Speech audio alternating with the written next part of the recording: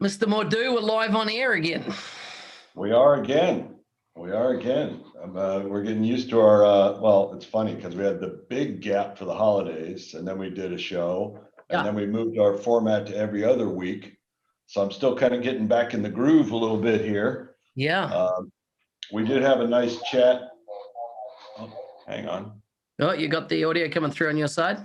Yeah, I do. There we go. We had a nice little chat with the, what's that group called? The Power Happy Hour? The virtual happy hour, yeah. Virtual happy hour folks last week. Because actually, probably for both of us, because you've been out of UK for so long and I haven't seen these guys in forever. It's kind of nice just to see the faces and talk to some folks I haven't seen in so long. God, I hadn't seen Huntingford in quite a while. Yeah, I'm pretty sure Huntingford will be back in the MVP program shortly, right after he's left Microsoft, I think 2 weeks ago, and joined Avanade.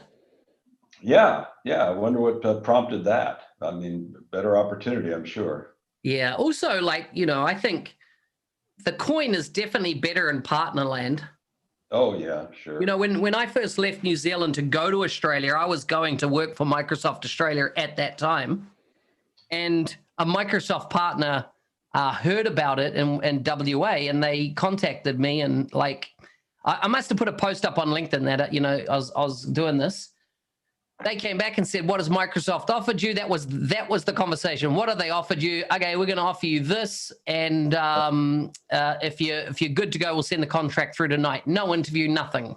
Never met the company, never met the CEOs, the directors, nothing. And bang, within 3 days, we had a contract signed, and I was employed.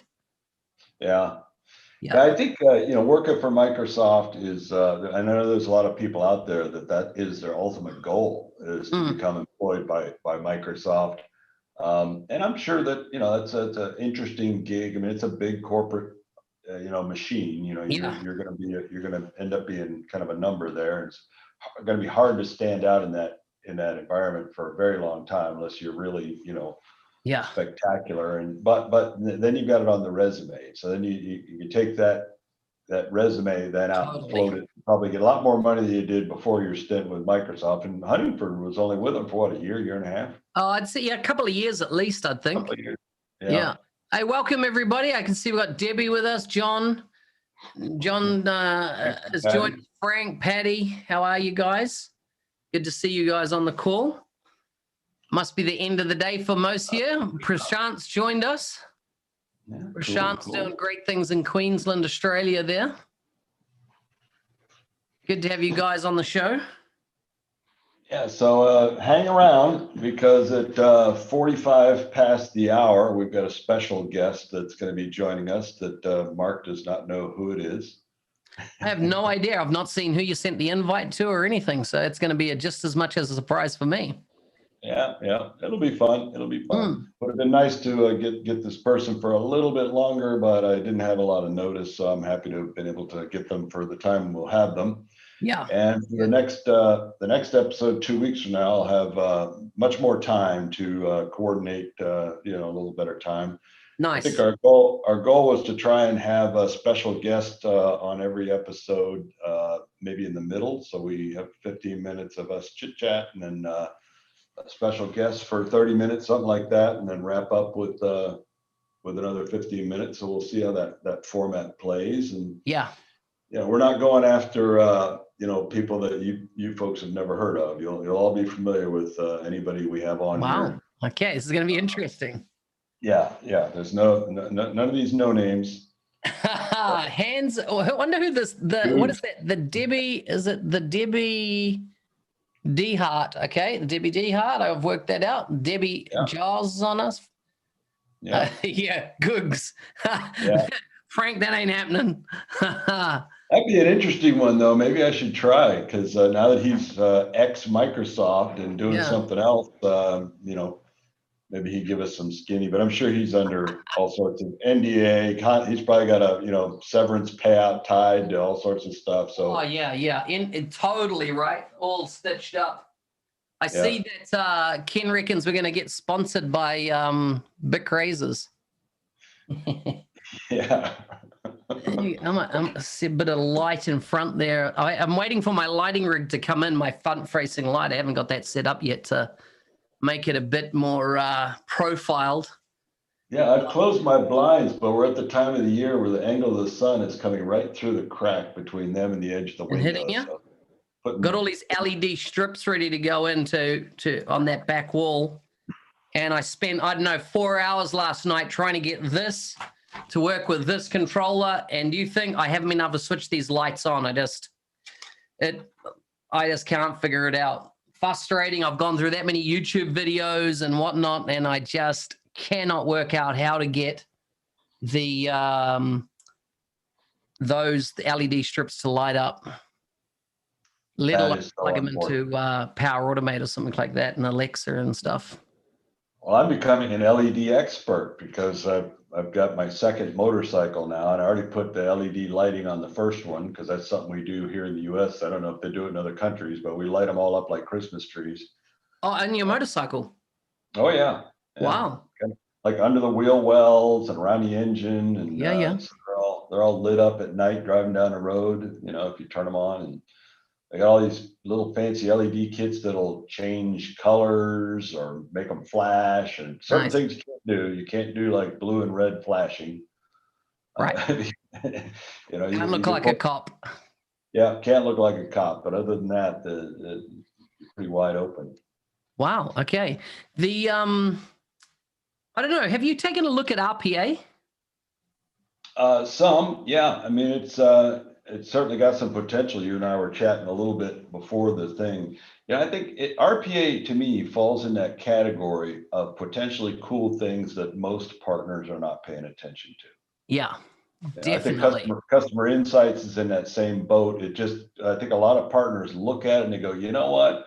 That may be cool, but that's just a little too far out of what I've done historically. And it's a whole nother thing to learn.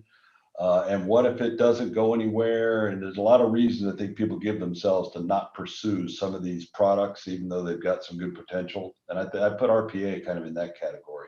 Yeah, I tell you what, partners need to at least get one of their team going deep in RPA, like learn how you can particularly, automate either attended or unattended desktop and or application automation. I think that there are a lot of companies still got some very old assets, as in database type assets in place that don't have APIs. And what you can do with this is phenomenal, to create a trigger like on create, a record gets created. There might be some data in there that it then's just going to go out, grab from an existing system, or even can be outside the organization. I did one the other day where it goes out to a website and puts the data into a form that searches the website for information. And when the query comes back, it then took a screenshot of that page, it grabbed the URLs off it and placed it into the database, and it then grabbed all the fields of data that I wanted off that page and put it back into my database. So it's a pretty powerful tool. Hang on, this is me trying to get my focus on there. I must have taken my microphone. There you go. Yeah, so it's a pretty powerful tool, and I can see so many use cases when the APIs don't exist. And then hand in hand with that, because part of it, you'll set up the on-prem data gateway in the Power Platform to get to it. Of course, then that opens a whole bunch of doors too around ingesting data that, when customers want to keep it on-prem. I don't know if you've seen, but there seems to be a bit of chatter lately around, is Microsoft going to release another on-prem version, or when is Microsoft going to release an on-prem version of Dynamics 365? And I'm almost wondering, do they need to some degree, in that you can run a hybrid model more than ever before now? Yeah, I think that, there's lots of different reasons we have customers that still have on-prem systems. Many of those reasons aren't really valid, but some are. Some scenarios where you listen to the explanation, you go, yeah, okay, I understand. Yeah. Dynamics 365, though, is probably not one of them. And I think they lose so much in the on-prem version versus the online version. I don't see the rationale, and I've yet to hear a story from anybody using Dynamics on-premise that I thought was a valid reason. Other systems, other things, maybe I can understand. Maybe some of these legacy systems, Sometimes it's a cost issue. The cost of moving from on-premise to online. We're working right now with a. What about if you're using all the licenses for free because there's no way to track how many you're using on-prem? Well, that could certainly factor into the cost, but just moving. We're working with a professional sports team here in the U.S. that has a fairly large on-prem installation. They handle their ticketing through that. They handle sponsorships through that. They handle a whole bunch of stuff through that. And they had a whole bunch of stored procedures all built around the SQL for that, for reports and all kinds of stuff. And we went the path of what the hell is it called again? The fast track. Oh yeah. Fast track. Well, I think what we're realizing is the fast track program is not very fast. Right. What it will do is it will save the customer a ton of money. Yep. Because if we did a manual migration using Kingsway Soft or something like that, and all the mapping that would have to be done and moving and all that, it would have been a pretty expensive migration. Whereas, Fast Track literally makes a copy of your on-premise database and copies it into the cloud. Yeah. It's more complicated than that. They've got to go through several iterations, and there's a lot of things you have to do to prep it and things you have to do after it's done. But still, a lot of the work ends up falling on Microsoft. Yeah. So the customer's not having to pay for that, where they do, if we did the manual migration, they'd have to pay us to do that. Right. Right. But yeah, what a challenge just getting that over there in time. It's taken. This fast track is about the slowest fast track I've ever seen. Wow. Have we done a manual migration, this thing would have cost probably twice as much, this migration project, but it would have been done a long time ago. A long time ago it would have been done. So people got to take that into account. And this is a complex deployment, I understand, and certainly somebody with a basic on-premise installation. And this also was on the latest version of on-premise, so we didn't. This isn't like it was some old, old version. It wasn't like 4.0 or something. This was a Dynamics 365, the latest version on premise, and it still has been a chore to get moved. So anybody thinking about doing that, prepare your customer that they'll save some money, but if they're in a hurry, it's not a hurry. And I'm just trying to look up here online. Had a guy on my podcast out of Europe, and they're an ISV, and they have done the fast track equivalent for the mid-market space or the SMB space, the stuff that Microsoft, is outside the qualifier for fast track. And I said, how's that going for you? And he goes, well, we originally created it as an ISV product, but they said, now we're just working all over Europe, just doing migrations because a partner sells it, and behind the scenes, we install the software, we do it as a subcontract through to that partner, and we can't keep up with the volume. So one of the things Microsoft did last year, I think, or so, is because they did have a threshold for fast track. Yeah. And they were continuously having to make exceptions and do things like that, or just deny people. So they created a program for partners. We were in the pilot for that, and we're one of those partners. And there's a handful of us now, but I'm sure they'll be growing that. Yeah. Where it's a partner-led fast track instead of Microsoft-led. Okay. So basically, all the work that Microsoft used to do, now a partner can do, and you just call Microsoft when you want to push a button. Yeah. Right. And with that, there is no minimum size. Right. Because now it's kind of up to the partner. If you want to do this work and your customer is willing to pay you to do this work, so they've eliminated some of the criteria to fast track if you go through one of those partners. But I mean, I think the biggest advantage in my mind is it's a copy of the SQL database from on-premise to online. So you're not, all that mapping and stuff that has to occur in a manual migration, regardless of any tool that I've seen out there, it's just a lot of work. Yeah. And getting the history right, have the created on dates all correct for all the items, all the email history, all that history You know, to be able to just copy a database, you can't get easier than that. Yeah. The interesting what Ken's saying there, you know, the old school, not moving to cloud data storage and stuff like that. And it's interesting that in a COVID world, right, if companies haven't been compelled, I don't know what kind of compelling, you know, come to Jesus moment that you need to go, we need to be in the cloud, because, you know, we're in year 2 now. We're about to kick off year 2 of COVID, right? March was when the shit hit the fan, from memory. We're about to roll into March, and companies have been so impacted by COVID and the need to go online. I mean, that's why I think, you know, if you look at all the tech space on the stocks, and at the moment I'm getting heavily into my stocks and stuff. After, I don't know, did you see all the stuff about the GameStop? GameStop. Yeah. Were you in that? Yeah, man, I've got stocks in GameStop. And Nokia and BlackBerry.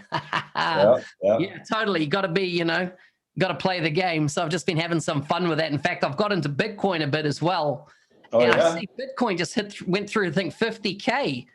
And so, where am I going? I'm digressing. What I'm saying is that, get me started on stocks. It's quite fun, eh? It's, anyhow, what I'm saying is that the number of companies that have a compelling reason now to move to the cloud, but then the flip side I see is that, you know, and doing a lot of work recently in the CDP space, some of the amount of data that companies have that they kind of, it's not like saying they're not aware that they have, but it's become really easy to collect data nowadays, right? It's become, you can collect it everywhere.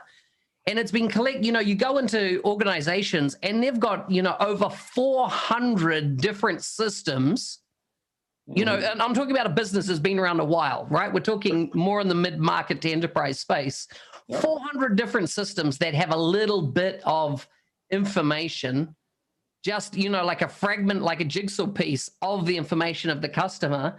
And there's this whole, they don't know how to pull it together, don't know how to understand it. So let alone, you know, a lot of them going, you know, and a lot of it can happen because of acquisition. They've bought companies that have got software systems in place. And of course, I don't know if I've been through some big acquisitions, and what does IT do? They just leave all that stuff switched on and running because they don't know what's connected to what, you know? Yeah, I mean, we're running into that with another big customer we have right now that has some external database systems that are sitting out there that IT doesn't even know what these systems are or what's coming into them or what's going out of them. So in that scenario, IT isn't even able to help us. Yeah. But you know, we run into, I think, in the mid-sized company where you see the challenge is small IT department is like, if it ain't broke, don't fix it. Don't make my life harder. I don't feel like dealing with it. We're just going to keep on going. That's kind of been, I think, some prevailing mentality in the mid-market is just lazy IT. All they see this as is a bunch of potential work for them. Massive. With no, you know, and you know, so they're content to just sit and ride, and it's going to take the CEO of those companies, somebody like that, talking to his peers, saying, "Okay, IT, just I'm telling you to make the move." In the larger enterprise companies, it's definitely a little different because IT in a lot of these big companies is like its own little walled garden. Sometimes not little, a massive amount of people behind this block wall that it's almost impossible to get them to agree to anything at all. Yeah. I mean, even just we're working with another enterprise client about creating a user account that can be used for sending emails from the system for alerts. So we don't want to come from a particular user. So just like a no reply at email address. Yeah. Oh my God. It's a simple request, simple thing. Yeah, easy. It's taking months just to get it processed through IT, to get them to approve, answering the question 20 times of why, what it's for. You're just setting up an alias, a broadcast alias.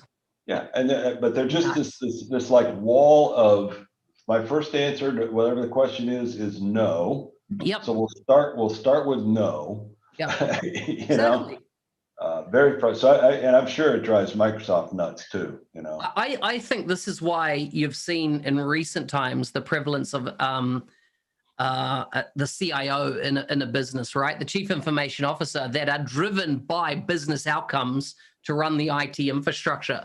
You know, I've worked in companies. I never forget the kind of first major IT company I worked in, and there were the three stooges in IT.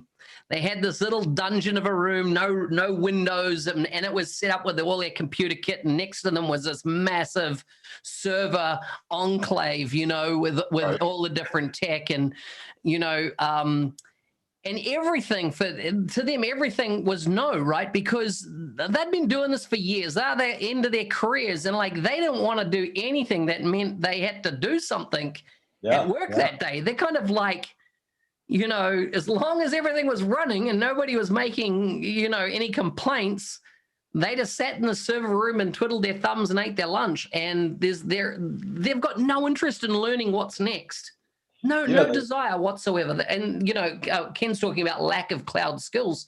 So on the money, and there's so many that are not interested. So, you know, I always say that anytime, you know, an individual doesn't understand something or is not interested in learning something, there be dragons there, right? It'd be evil. You know, the map chartographers in the early days is that any part of the world that hadn't been explored, just on the map, it just said there be dragons there, right? In other words, we haven't explored that, but it's dangerous. You know, it's the unknown.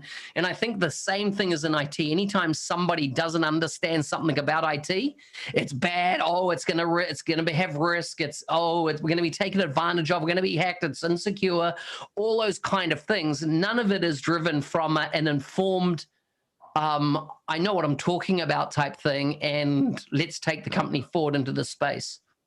You know, I think they're really driven by fear. I don't think there's an IT manager on the planet that hasn't, at one organization or another, fucked around with something and brought the whole company down for a day.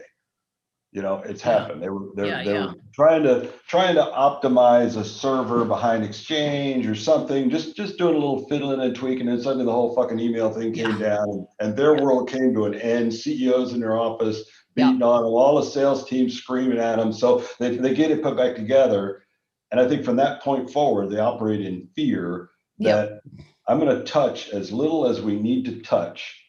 Because every time I touch something, there's this huge risk that the shit's just going to hit the fan. Yeah. And I think they've been indoctrinated from that for such a long time. And so imagine someone with that mindset that I'm going to touch as little as possible, now suddenly being told, hey, let's move all this shit to the cloud. Fuck dragons. Those things are huge dragons to that guy. There's no way. There's no way they're going to go anywhere near that. They're going to come up with every reason in the world not to do it. You know? Yeah, it's nuts. All they can see is failure. That's all they can see. Well, I was hoping that I would be doing this live stream on a new computer by now. You know, I told you, I think last year, it was last year before we knocked off, that I was building a new machine. You know, I still haven't built that machine. And the reason is I can't get the parts, as in there's a massive shortage on AMD, the CPU that I want. And then I think I went 2 months where there was no stock of the GPU, the graphics card that I wanted. And then, so I got it all, at the company that I'm buying off, they had it all there. And then some knob went and sold my CPU to somebody else after I'd already paid for it. Hadn't been shipped out to me. And now it's another 3 weeks wait for the CPU I want. Well, but like what I can't figure is like, why is there this global shortage? Because like if I jump onto Reddit, it's like all over the world, there's a massive shortage of GPUs and AMD CPUs. Maybe it's a COVID related. Where are these things mostly made? China? I thought, isn't AMD an American company, although they're not necessarily manufactured there, I suppose? I doubt that they'd be manufactured here. Nothing is manufactured here. You know? I thought you had a president for 4 years that said they were going to make America great and everything was going to be manufactured back in America. Well, they forced a few people back here and forced a few people to stay, but I think that particularly in electronics, I don't think there's a whole lot of electronics manufacturing going on here. Maybe assembly. AMD is in Taiwan, apparently. Oh, there you go. But AMD has become like, this will be my first time going to AMD. I've been Intel forever, but I think AMD is getting, getting better outcomes these days. So it's my first switch. Also, I noticed Ken pointed out my shirt, winner, winner, chicken dinner. Yeah. This is from me gaming. It's been 3 months since I've gamed, though. I'm working too hard. Well, and you haven't got your gaming computer set up, because it sounds like the machine you're going to build is going to be awesome for gaming too. It might have a byproduct use, right? Yeah. My intention is to put it over here. I'm going to maybe set up a table so it's behind me. It's all going to be, we talked about, LEDs before and stuff. And so I've got a whole bunch of RGBs and stuff going in there to light it up.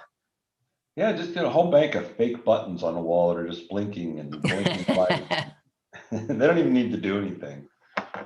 Yeah, I'm working these days. I'm fathering as well, but I'm working pretty full on. I do a lot of consulting to companies overseas, and so that means I'm often. I mean, the other night I started work at 10 o'clock at night. It finished 2 in the morning because I was working to that time zone, and then often I start at 3 a.m. in the morning. This morning I got up, actually recorded some podcasts, and then went back to bed before this show.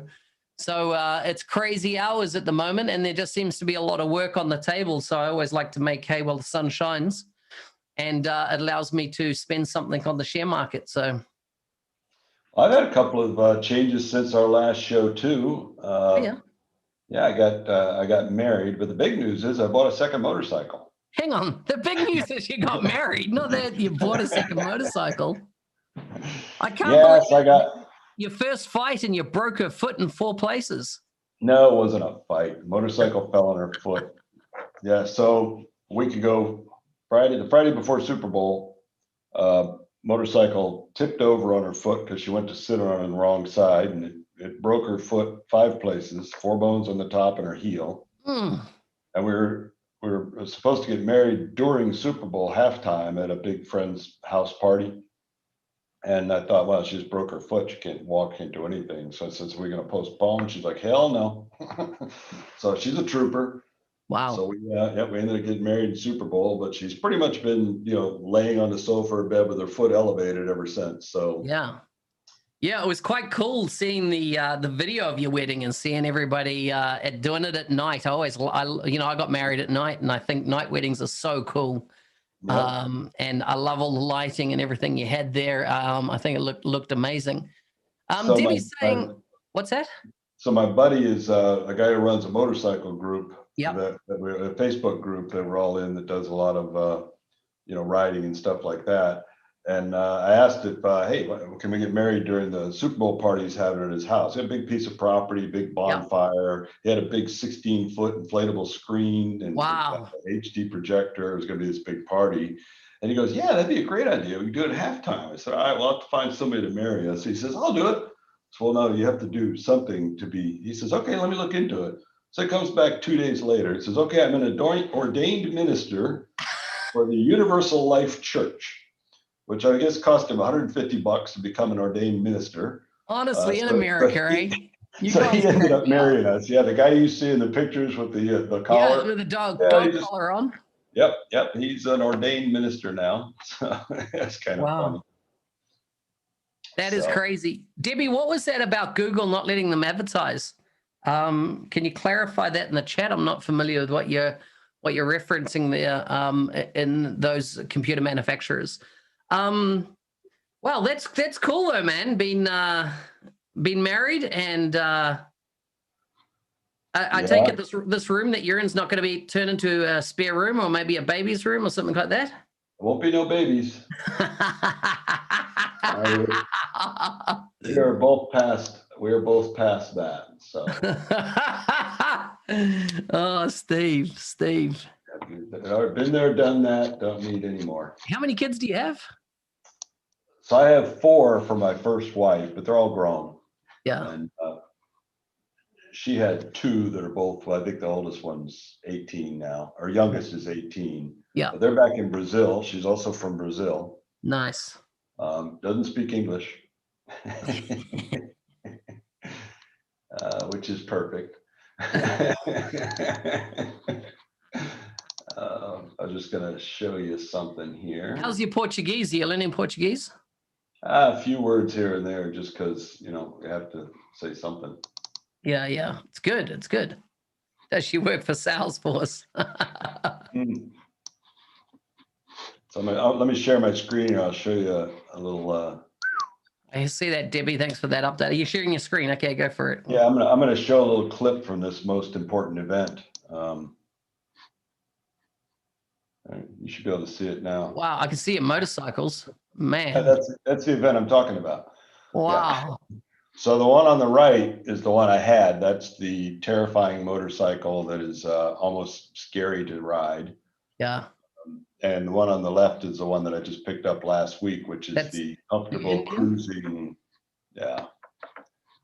Both very loud. Yeah. So did you say you got saddlebags or something to add? I thought I could see them on the Indian, but are you adding them to the Triumph? So no, I've got a big trunk that's coming for the Indian as well as a saddlebag, so I can do longer trips and camping. What's a trunk? Sits up above the saddlebags. It's a big trunk. Yeah. Like kind of like a boot, if you will. Yep. Maybe what you guys call it down there. Yeah. Okay. Yeah, that's right. It's called the boot. So a storage area on the back so you can do some longer road trips and take everything with you. Yep. Load some stuff up on it. So that one's got to get lit up here soon. So that's the important stuff going on. And, the marriage, of course. Yeah, sure. So very good. Very good. As I've started back podcasting and one of my shows is the MVP show where I interview a business application MVP. And I've been doing that every week now for maybe 2 years, definitely well over a year. Every week I generally have an MVP on.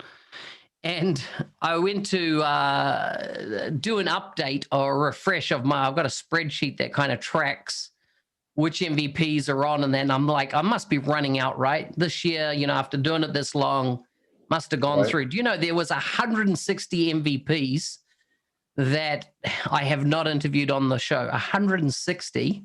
Wow. I've only got 52 weeks in this year, right? So I'm obviously not even going to crank through them. And then on top of that, 3 years worth of content. It's just unbelievable. Like the BizApps MVP team, as in those that are MVPs in the space, have grown so much in the last, 3-4 years. But I mean, I suppose that it's a natural byproduct of, the suite of software that we now have in BizApps, right? When I started, there was a couple of applications, couple of ERP, CRM, that was it, and now we've got well over 30 different discrete software applications that are available. Any one of them would qualify someone for MVP if they became expert in the product and talked and evangelized the product. We know was a couple of years ago, we saw our first Flow MVP pop up. We're like, Flow, isn't that just a feature? Yeah. but there's heaps of Flow MVPs, right? There is they specialized in that area under BizApps. But the one that I see two categories under BizApps that nobody in the community that I see are touching, and they're just wide open opportunities. One is customer insights and RPA. There's three that, yes, definitely customer insights and RPA. I think they're wide open. Anybody that's talked on them or blogged on them or videoed on them, they've done 2 or 3. They haven't done, I'm committed to this tech and unpicked it, got into the, I always loved Jerry Weinstock, long-term MVP. He said, he got into Flow when it came out and he was saying the beauty is that when a product, a product's coming, it's in beta and market and stuff, and you start pulling it apart, pulling all the ends of the string, so to speak, and investigating, you write on it, you have heaps of content. Then the product GAs, and then you educate all the market on how to use it and how it can apply. And then the tail end is finding all the faults with the product and how it can be improved. And he goes, it really gives you this unlimited talking or subject. And I just think, CDP or customer data platforms with customer insights is one of those right now. RPA definitely, right? Just massive opportunity to, go into a subset of of Power Automate. But then the other one I think is wide open is going back to Dynamics 365 sales. I don't see anybody that is a guru around sales. You see it on the customer service side, and of course with field service, you see a lot of people that have staked their careers around that, but nobody has done it on sales. And then by extension, is it sales insights? I mean, I haven't even, I'm about to get heavily into sales insights because my work has got a contract come up that's going to require it.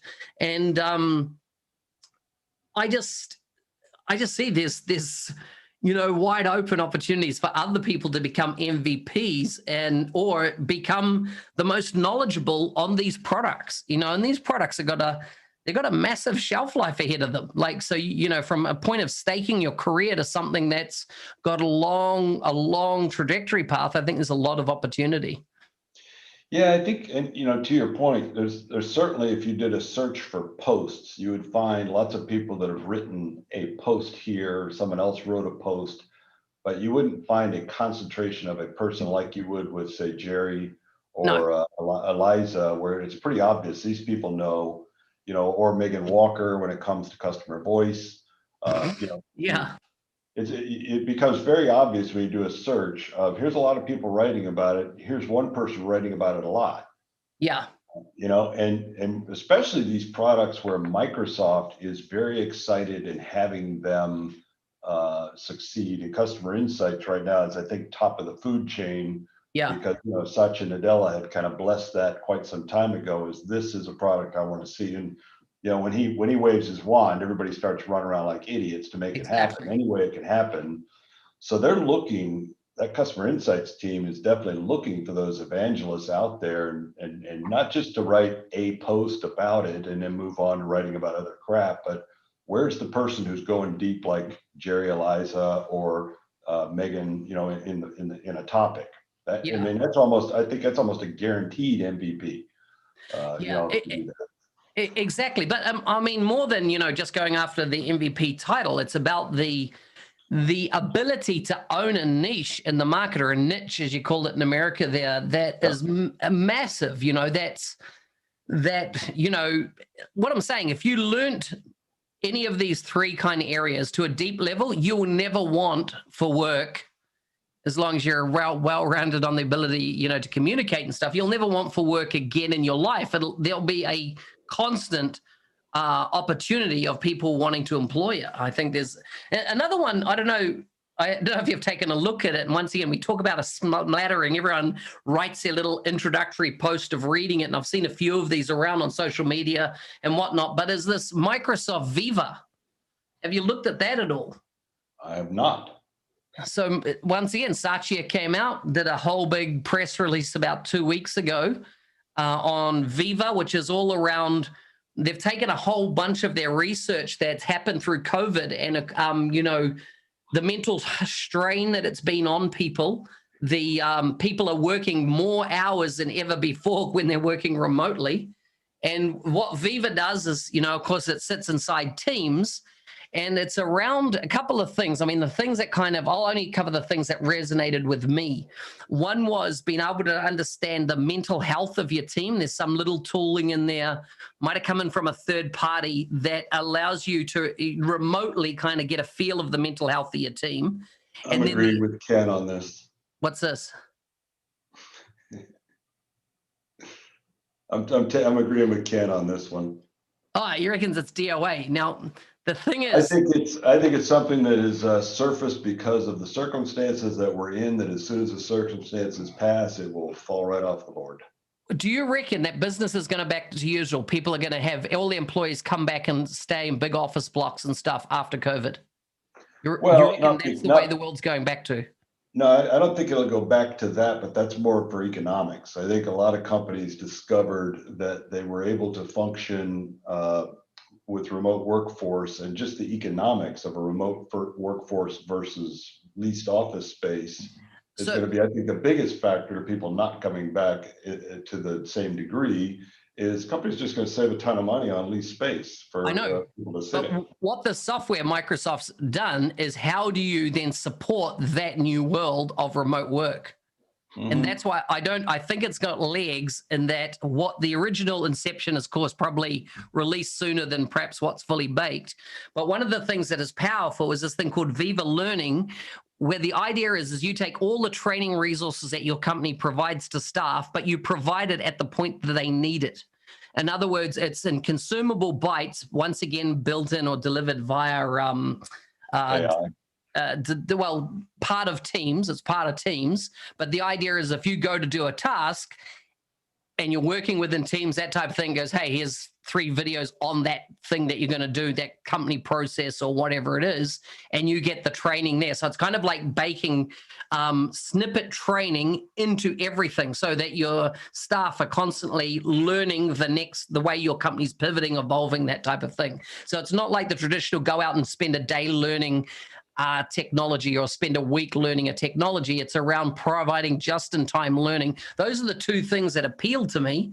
But so let's hope that that's more successful than a learning path. Yeah, well, learning path was really invented by the predecessor of James Phillips, right? Yeah. It's not part of the world that we live in now. But the idea was, let's surface in front of users. Let's surface in front of users. I know, it's just laughing at his comment there. It's classic. Yeah. It's surfacing in front of users just in time, context sensitive help, allegedly, for Dynamics 365 users. And the thing never really got off the ground in any way. I think part of it is because some of those things required a significant amount of setup to put together. Yeah. And I think at the end of the day, customers didn't see the value in the investment that it was going to take to get there. Yeah. No. And I think that could be a similar thing with this, sure, Viva's going to pull up all this stuff, but somebody's got to go create all this stuff for it to pull up. Yeah, exactly. And that's where it'll fall apart is customers just won't do it. Yeah. Just won't create the content. I was trying to work out which team it sat within, and it definitely doesn't seem to sit in Biz Apps. It seems to maybe sit more under the, I don't know, is it the Office 365 or M365 part of the house? I'm just trying to position who's the product owner in Microsoft. I haven't really been able to work out where they sit. Yeah, I read the press release. It didn't feel to me like it was a Biz Apps. No. I think it's coming out of the, kind of the AI side behind Teams. Yeah. So we got our guest is arriving in a couple of minutes, hopefully. Okay. So keep an eye on the admit button when you see. Okay, I've got a little thing up here saying participants, and I haven't seen anyone else jump in. Yeah. That's still a couple of minutes. Okay. Let me check my email. Just make sure I didn't get a last second email saying sorry, couldn't make it. Nope, looks good. It's confirmed in my calendar, so. We shall assume the guest shall be here. I've just got a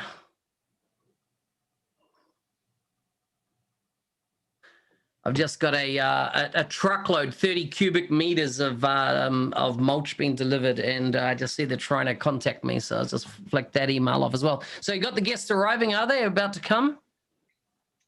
Supposedly, yes. They didn't cancel, so I'm assuming that they shall arrive. I don't know how many people on the call today were available to avail themselves of last week, that little stream that we did with the chaps out of London, the virtual power power happy hour type thing. But one of the things that I brought up on that show is how long are the big names in Biz Apps going to be around? We're up in year 3 now, and history says that there's generally. Well, I'll tell you what, you can ask our guest himself when he arrives. Wow. Okay. So James Phillips is about to join us then. Fantastic. This is going to be interesting. I'm kind of like, who is it now? Like, I don't even know. I'm just waiting for that name to appear here. And I think James has committed to never being on a podcast with you again after the one. It's interesting. He's only another one. Yeah. Has he only ever been on one public podcast? Yeah, you ruined it for all of us. Got a little too personal there. Yeah, I did my digging too effectively and found his digital trail, didn't I? Yeah, exactly. Exactly. Oh, well, nobody likes being found out. Yeah, it was interesting finding out that he had someone go and secure all his online presence after that. Okay, I'm not seeing anybody yet. It's quarter to the top of the hour, so I assume they're popping up shortly. Yeah, let me keep my email here open in case they maybe have a problem with a link or something. Okay. Can't you from here grab the link? Isn't it under participants or invite or something? I sent them a link from our thing. Yeah, that should be all you need. Yeah, Should I just paste the link into the YouTube chat and see? No. Who wants to jump on? No, I wouldn't do that. Okay, we've got somebody here. All right. Let's see who we Okay, got. I can see who it is. So here we go. Okay. This is a surprise, and it's right up at the top of the organization there. So very well done. I don't know if people, I know they're minutes away from seeing him come in. Hopefully we'll see his camera come on momentarily. Are we waiting in anticipation, people? I'm sure. I think he's probably a Teams user. There we go. Ryan Cunningham on the air. How are you, Ryan? You hear me? I don't hear you. I can hear you well. We can hear you. Yeah, I can't hear him that well. He's a little quiet. Okay, we could go the volume up if you've got that on your side. How you got us now? There we go. How about that? Yeah, I can hear you. Good, Ryan. How are you? Good. I don't know this crazy video conferencing technology you're using. I know, right? It's hard when you sit outside Microsoft to see what the other world uses. Yeah. So exactly what is the problem with Teams? Why we can't use it for this again? So the reason I don't use this for Teams is that Teams doesn't have the ability to stream live to YouTube. And you can see why that could be a security issue, right? Zoom did get in trouble early on. But it does take someone to have to configure it up and put in keys and all this type of stuff. But we would be doing this on Teams if we could stream live to YouTube, which is, that's why we use it. Maybe you could put in that personal request for us with the. I will. I know somebody. Yeah, somebody who knows somebody. Although we'll see how this goes. Maybe that will or won't be a request. Yeah. How you doing, guys? How can I help? Good to have you on the air, and I'm impressed that Steve got you here, and it was quite a surprise to me to see your name pop up. Well, he made lots of promises and overtures, so we'll see. All of which you have to fulfill, Mark. Okay, well, our audience is kind of used to us kind of asking some hard questions, and and particularly used to Steve swearing a lot on air. So we'll tone it down for this one. But we were on a show in the UK last week and that was done in Teams. But that's aside. And what I said is that you. And a range of your peers that we all know, including then up to James Phillips, etc., have been in the org now, as in been in this org, coming up 3+ years. Yeah. History tells me in Microsoft that you guys want to further your careers, and we'll be leaving soon. And so my question was, and this is I was just putting it out on here. I'm concerned about how the baton gets handed over, and I assume that there must be new blood coming in, because there's a big difference in any organization to being a builder, somebody that creates the next thing, and then somebody that maintains what's there. And they're two different type of personality types, and I've seen all you guys come together and be, very entrepreneurial startup type of mentality, taken what was there and built something that's quite different today, this multi-billion-dollar business that now is BizApps. And so my question is, though, what does that transition look like? I'm not asking you to tell us, I've got a new job offer. Sachi is resigning next week, and you put your hand up. But how is that kind of thought out from your guys' perspective? How you make sure that the baton is handed effectively, that the product does move forward, that it goes beyond all your individual aspirations. And I think your exact quote was, "These guys will all be gone very soon, guaranteed."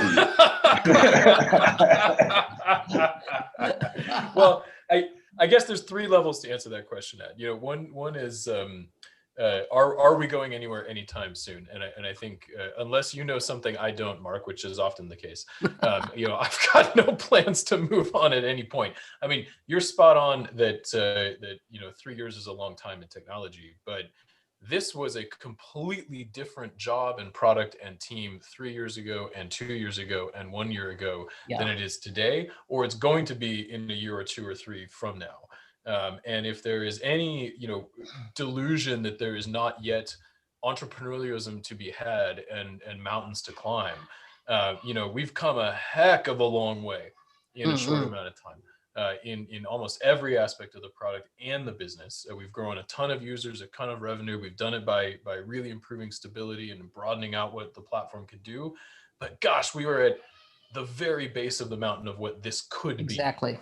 If you look at the potential of humans with smartphones and jobs, let alone the potential of the broader Microsoft ecosystem to benefit from what we're doing here. To borrow a phrase from the former CEO of Amazon, it is still very much day one. And so there is a lot left to do, and it's our job to make the job different every time, so we don't have to take new jobs and still get to scratch that itch, right? The challenges in front of us right now are very different than the challenges that were in front of us a couple of years ago. To Mark's point, though, building stability is kind of boring. Well, look. There is only impactful work to be done in the corners where it doesn't seem cool at first, right. And actually, because we have eaten a lot of vegetables over the last 3 years, now we get to add new and innovative stuff, whether that's Power Virtual Agents or RPA or, whatever the next things are, adding intelligence to low code authoring. We don't get to do that on top of a shaky foundation. Right? So some of that is done. Let me tell you, the last two release notes, including the ones that just came out, I found myself kind of making an excuse for Microsoft why they weren't tremendously exciting, because there was so much stuff built that Charles had said before, we need to go back and tighten all that up. So that's why the release notes haven't been that exciting, is because there's all this plumbing connection going on in the background. The number one theme is just make everything better. But I do want to come back to Mark's other point, which is, the only way we get successful at this, and the only way we've been successful over the last several years, is not because of a couple of people. It's because of building an organization that learns and programs how to listen to customers, get real, watch data, solve the things that matter. Not by a couple of people being heroes across everything, right? And so, the sort of succession planning as an effort is not as much focused on, who's going to fall back to one particular leader. I mean, that's important. Every manager's job here is to figure out how to grow their people and grow their base.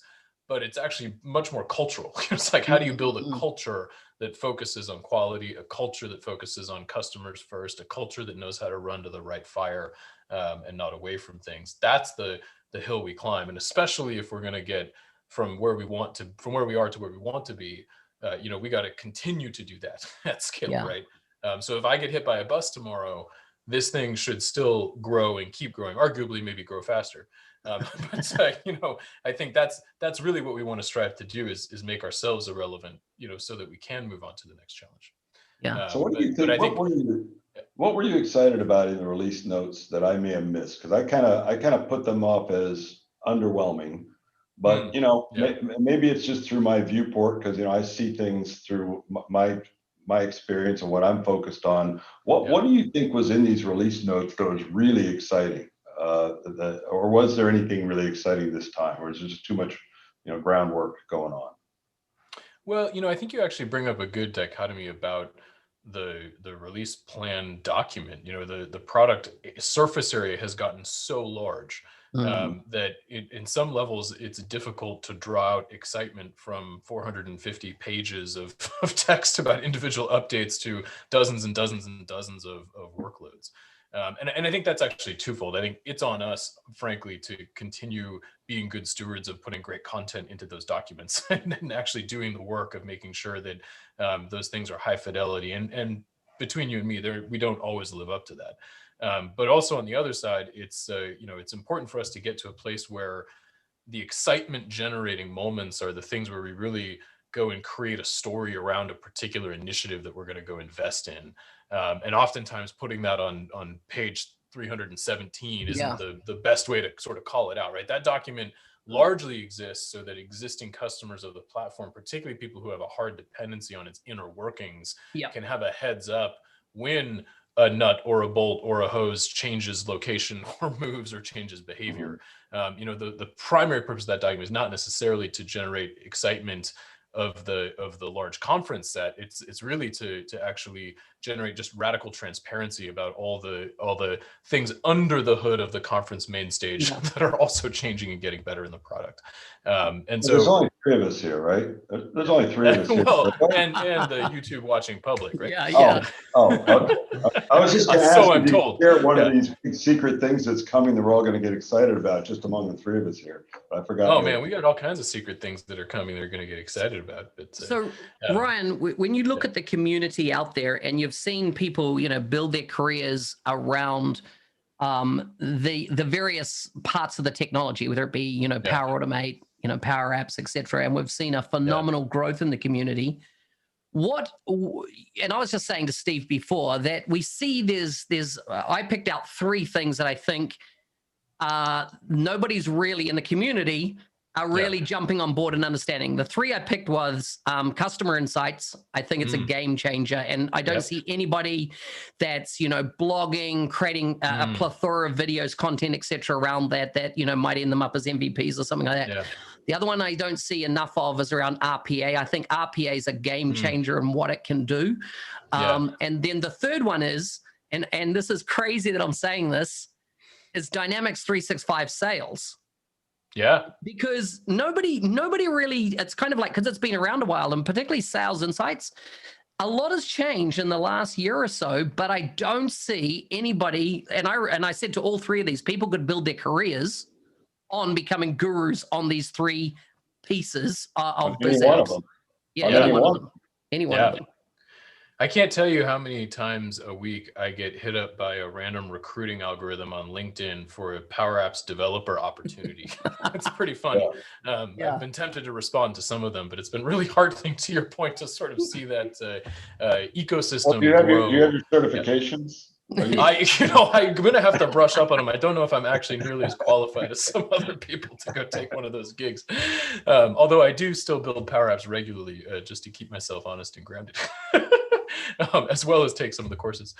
No, I mean, you're spot on that you can't just build the product and hope that people flock to it. Like, nurturing a community is a full-time gig and a team sport, right? And it takes a whole bunch of effort to go make that true. And for some of the newer products on the block, the PowerApps community didn't burst into thriving, diversity overnight. It took years of really working with existing communities that were adjacent to it, the Dynamics community, the SharePoint community, the Office community, kind of finding, interested individuals from each of them to go get engaged, but just really working out loud and in the open to pull those people in. And then similarly for products that have been around for a long time, trying to re-inject energy into that space is crucial, right? Because man, we've put a ton of work into Dynamics 365 mainline applications, including sales. They are not the same apps they were 3 years ago by any means, and they're certainly not going to be the same in a year, and in a good way, right? So it's a good point. I would make a bad dad joke about the RPA community is thriving; it's just not connected to the internet.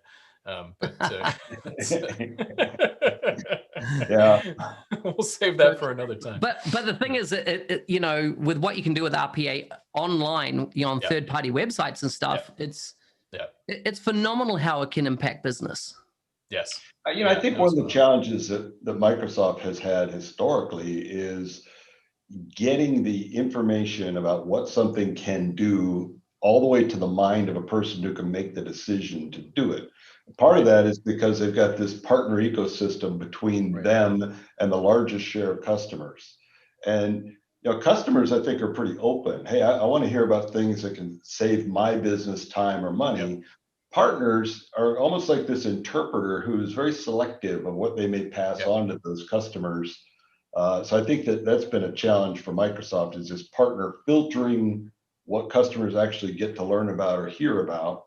So it's like you almost have to break Yeah. down through the partner, and a lot of partners are going to look at things and say, well, you know what, I know how to make money doing this, and I know how to make money doing that. We're making money. Okay. We're not going to widen. We're not going to widen the table. That's time. Sorry, people. We're at the top of the hour, so we're gonna have to quit it there. Thanks, Ryan, for coming on. Saved by the bell. It's great to talk to you Saved by guys. the bell. Yep. Bye. Ryan, Be well. thank you very much Cheers. for